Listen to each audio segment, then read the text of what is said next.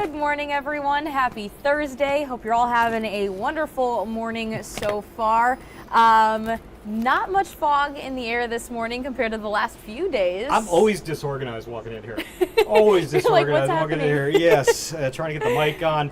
I'm wrapping up the weather at the end of the show, and then let's get the computer set, run over here, try to get a quick restroom break in. But yeah, lots to talk about. I'm going to get you guys updated on the tropics. We're going to talk about not as much fog out there this morning, fortunately.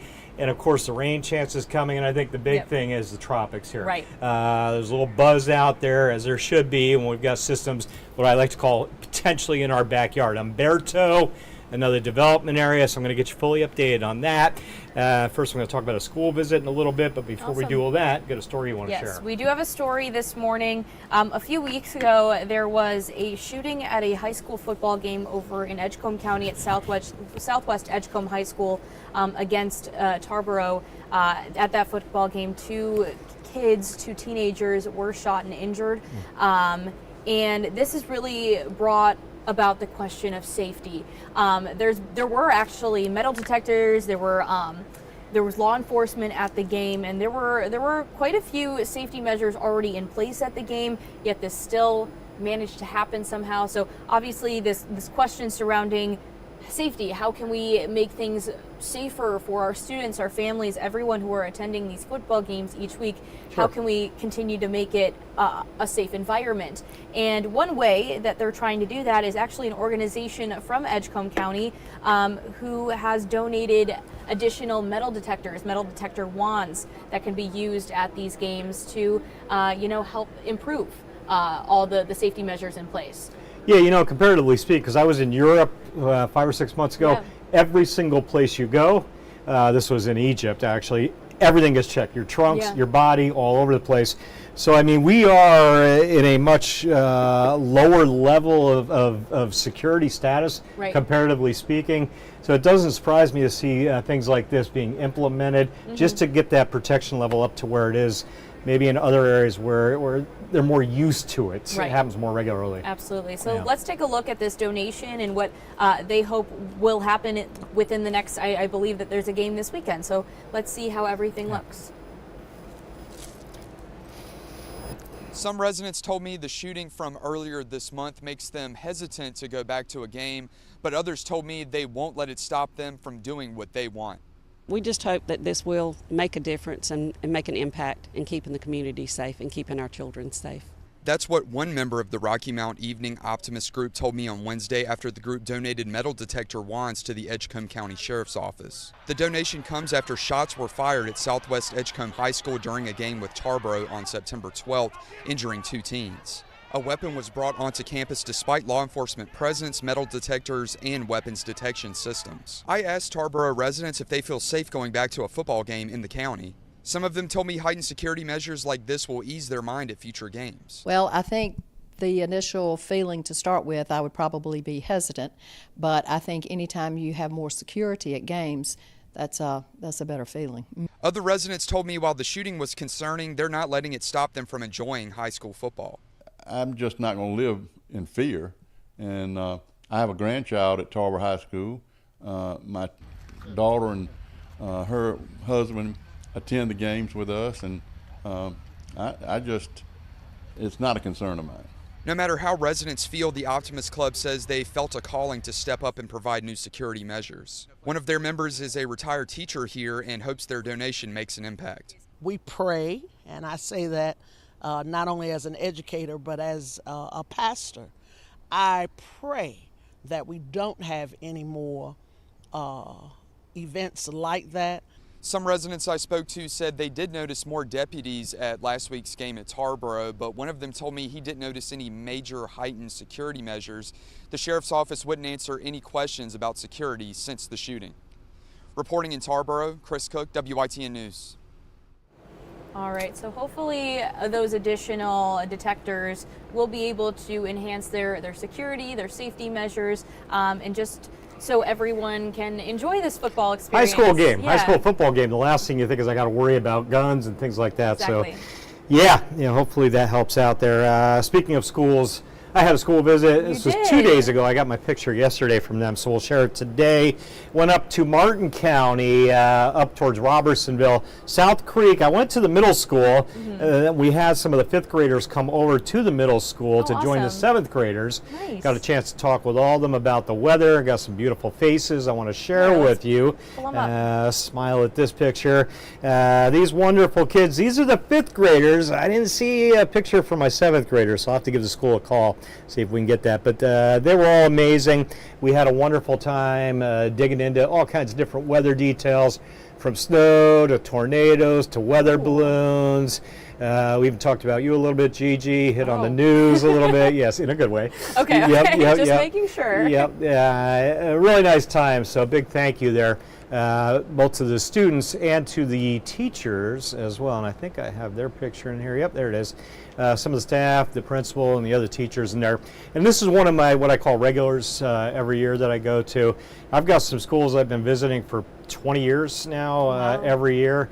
This one not quite that long, but my regulars every year we get back together, chat with the kids, and I love it. I always talk about how much I love my school visits. Yeah. They are the best part of my job. Yeah, And my I job get is jealous great. sometimes. You're like, I get to go to a school visit, and I say, lucky you. It's an open That's invite. awesome. You know, every visit I have, is you're true. invited to. Yes, don't do that. Let's talk weather. We'll switch gears here. Did you want to show? The basket? Yes, Yes. thank you. Yeah, some of the gifts. We've got a few. Jim got a few gifts while he Yeah. was at. And the I school wanted visit. to. Have you haven't had hot cheese straws, have you? No, I've you never like to had try those. one? We're gonna do a little taste test. Go ahead, dig in there. All I've right. never even heard of a hot cheese straw, so, but it Smells looks cheesy. like very cheesy. I'm not a big cheese guy. That's Okay, why. ready?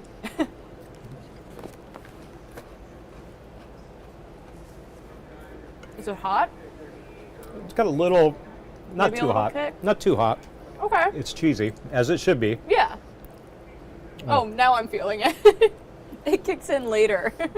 All right, this one I don't know. stays. With the coffee There's the too. heat. Yep, I have to. Ooh. I got to quit. I'm not a big cheese guy, and I can tell you right now. And I've got a lot of great stuff in my basket. Which is the wonderful. peanuts, the of good peppermint treats. sticks. Gonna love all that. The cheese Ooh. sticks are going in the break room. They'll get hit hard in there. Oh yeah, we already have people who are Yeah. excited to try them. And so. also we got some Lay's cookies as well, which are also, Delicious. we're not going to Awesome, try that awesome. right now though. So thank you guys. Yes. Enjoyed that visit. Now we'll switch over. I want to dig into the tropics a little bit. And again, lots going on weather-wise. It's kind of strong, isn't it? Kind of hits you late. That's what I was telling you. I'm like, ooh, now I'm really. I got to try to do the weather here. Like, all I can taste is this strong cheese stick taste. Tropical update, Humberto, and one development area. So I've been saying two areas. Now we've got Humberto that formed yesterday, and we'll likely get Imelda as well. Likely, it's not a slam dunk. Let's take you to Humberto first, get the map spread out. That area of storms there just to the right of the center of your screen, that is Tropical Storm Humberto. It doesn't look that impressive now, but that's likely going to change. This storm moving off towards the northwest at about 10 miles an hour. Expected to continue that track for the next couple of days. And then we get into late weekend. You can see that timestamp. That's Saturday night into Sunday. Category 2 hurricane, maybe flirting with a Cat 3. And then taking a north turn Monday into Tuesday. And that is good to see. We want to continue to see that from the National Hurricane Center. Keep this thing off the coast. Potential 2 to 3 hurricane out there. And then we've got the wild card. If it were just one system, it would be a much easier forecast to nail down. But when you get two systems interacting with each other, that can bring a lot of different possible scenarios with it. The other area at 80%, closer to the southeast coast of the U.S. over the weekend into next week.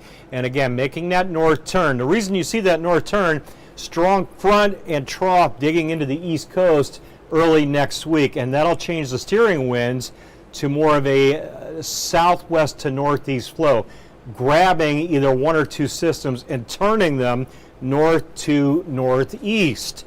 The big question is, when does that happen exactly?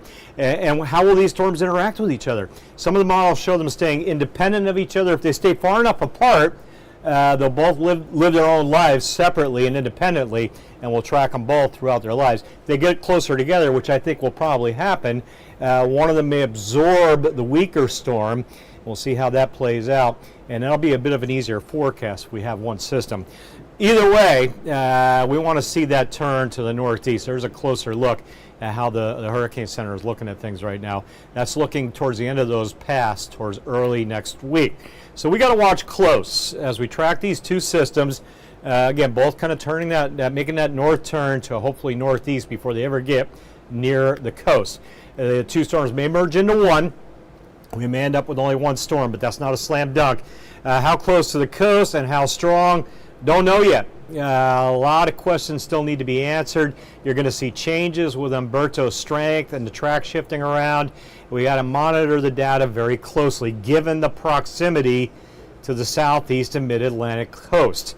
A little shift, a little closer to the coast, and we've got a much different weather scenario. Right now it looks like we'll be okay, but that's no slam dunk, so we'll watch for you.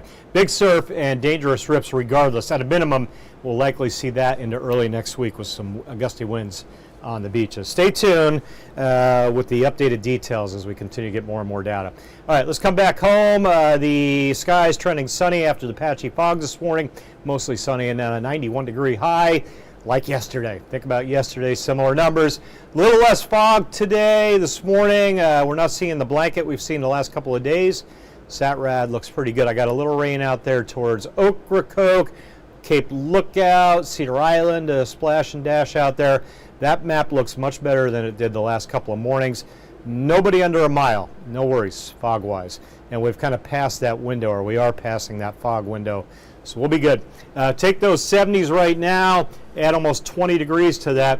There's the reason we don't see a lot of fog. A little wind this morning, keeping the air mixed, not allowing the fog to get going. 91, 92, steamy degrees this afternoon. I think the heat index will stay just shy of 100, but not by much. 98, 99 on the feels like. Watch the model data this afternoon. We'll be in the 90s. That's tomorrow I jump to. Should be fine for the Pirate game tonight. And then tomorrow, the morning looks quiet. Midday looks quiet. 2, 3 o'clock, there's your rain. Tomorrow afternoon, tomorrow evening. We'll keep that going into Saturday. Mostly cloudy, scattered showers. I think there'll be a little more rain than you see on that graphic Saturday. I have a plan B. For the weekend, both Saturday and Sunday, unfortunately.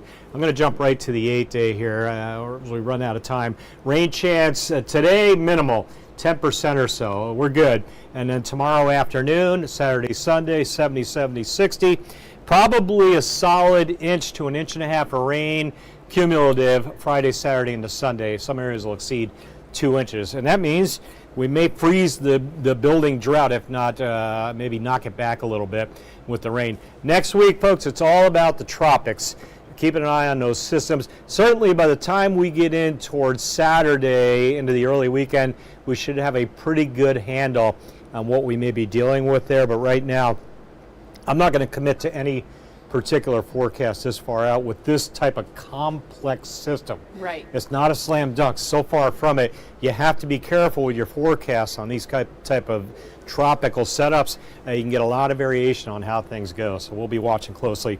And as we get more and more data, we'll share it with you. Okay, great. Well, thank you, Jim. Yep. And thank you, everyone, for joining us this morning. Just would like to say hello and good morning to Faye, George, and Verna in our comments this morning. Thanks for joining us from Ahoskie.